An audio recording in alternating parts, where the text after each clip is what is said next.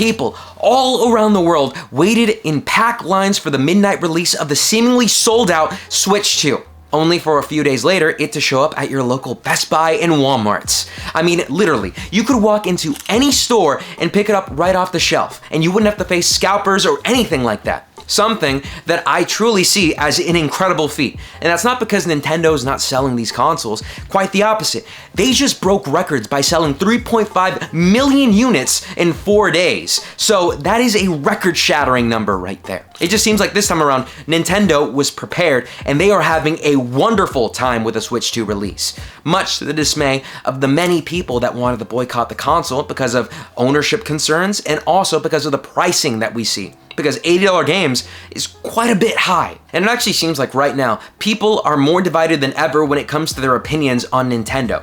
There are those that love Nintendo consoles and games so much that they're gonna buy them regardless of whatever happens. And then there are others that think that Nintendo's setting a precedent that might be dangerous for the gaming industry at large. But then again, just looking at how many units have been sold, you can tell that there's some people that have really backtracked on their words of wanting to boycott the console. Now, where do I stand on all this? Well, I'm not boycotting Nintendo, but I haven't bought a Nintendo Switch 2 because the only reason that I play my Switch is to play Tetris 99. So unless they're releasing a newer, better version of that, then I'm not really thinking about upgrading anytime soon. But I've still found it very interesting to follow along with the discourse that people have been having online. I mean, just looking at this first week of the Nintendo release, there have been quite a lot of different stories that have been coming out. There have been people on Reddit talking about horror stories about picking up their Nintendo Switch, realizing that the receipts stapled on the box have actually punctured through and actually damaged the screen, or have noticed that their Joy-Cons are drifting right out of the box, or that there's already expanding batteries.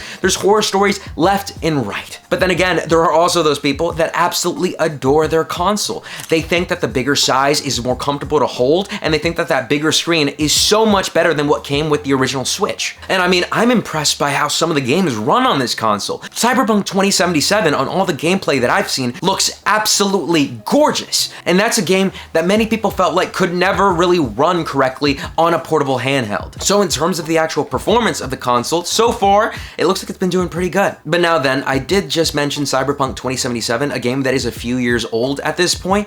Meanwhile, the only actual launch title that people have been playing a lot is Mario Kart World. Nintendo's first $80 game that released with the console that many people might feel like it's a big departure from the Mario Kart franchise. I mean, this time around, you're going in a pretty much straight line, going from course to course, and then you only get one lap of the actual track. It's an open world version of Mario Kart, and some people are gonna love it, and some people are gonna absolutely hate it. The only thing that I can really think of is if you're comparing this to the original title that came out for the Switch 1, that was Breath of the Wild, which to me sounded like a much better launch title for a console. But I digress. Looking at gameplay, to me it just looks like another Mario Kart that you get to do extra tricks on, and it looks pretty fun, but I don't know if it's worth $80 worth of fun in my opinion. Then there are the people that are playing the upgraded versions of their favorite Switch titles, like Breath of the Wild, and they're having a fun time with the upgrades because now you're getting an updated refresh rate and resolution. But here's the funny thing about that cartridge that comes for the Switch 2 for Breath of the Wild.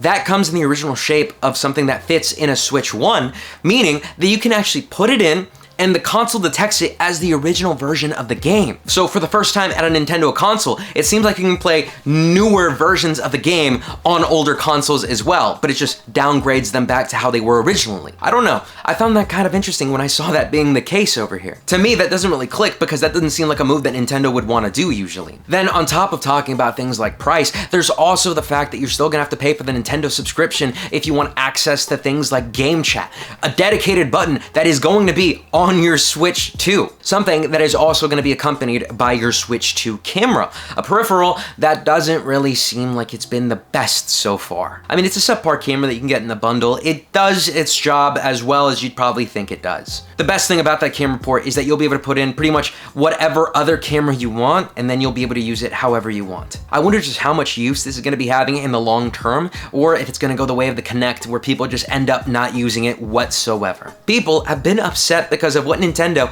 has been doing when it comes to the console itself as well. They have labeled this console as unable to be hacked, a claim that was utterly destroyed by hackers 4 hours after the console released, with them being able to find exploits on being able to change what graphics were being displayed. Here shown, you've got like this checkerboard pattern on the top of the screen, which goes directly against a lot of rumors that were coming out before the Switch's release. Because I don't know if you know, but a lot of people have been taking offense to a lot of things that ended up being not completely true. Like, there was that one person online that said that if you tampered with your Switch in any way, you could cause it to just brick itself, just doing nothing essentially, which caused a huge worry in people just thinking that if they had a broken game cartridge, or that if they just did anything to the console that maybe responded to the console thinking that it was being modded, that they would just end up with a broken device, which ended up not being true, because if the device is able to be tampered in this way, that kind of invalidates what you're seeing right there. And another big issue that fans have been taking offense to as well is when it comes to the new agreements that Nintendo put out,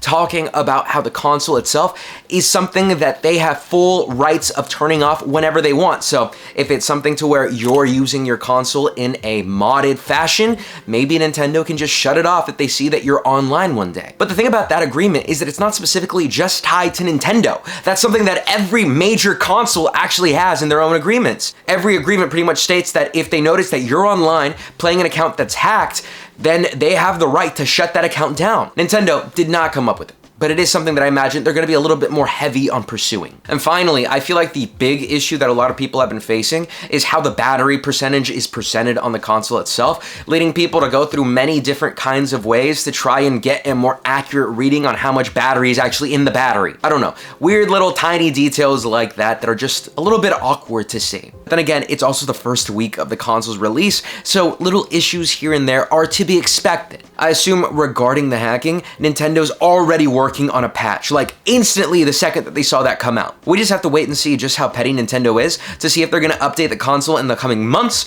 or if they're gonna do it instead in just a few weeks. My money is on the sooner one. But regardless of everything that I just mentioned, I feel like this console is just going to be a huge success for Nintendo as a whole. It is gonna continuously sell and sell and sell. I don't really see any repercussions when it comes to Nintendo just pricing the games that high. People are gonna buy what they want to buy, and we've seen that. No matter how big of a movement the boycotting could seem, people still wanted to buy and play the games. It's sad to say, but I think the precedent has already been set. I think games are gonna be $80 regardless of whatever happens. GTA 6, $80. I'm almost guaranteed on that. If it comes out to be anything less, well, I'm gonna be buying it first day it comes out. But then again, I'd be thinking to myself, I'd probably do that anyways. If a game or a console has so much hype behind it, people are gonna just jump on board regardless of whatever other people may think of it. It is what it is at that point, essentially, and you just gotta let people do their own thing. And on that note, I'll hand it back to y'all. What do you guys think about the Nintendo Switch 2 in its first week?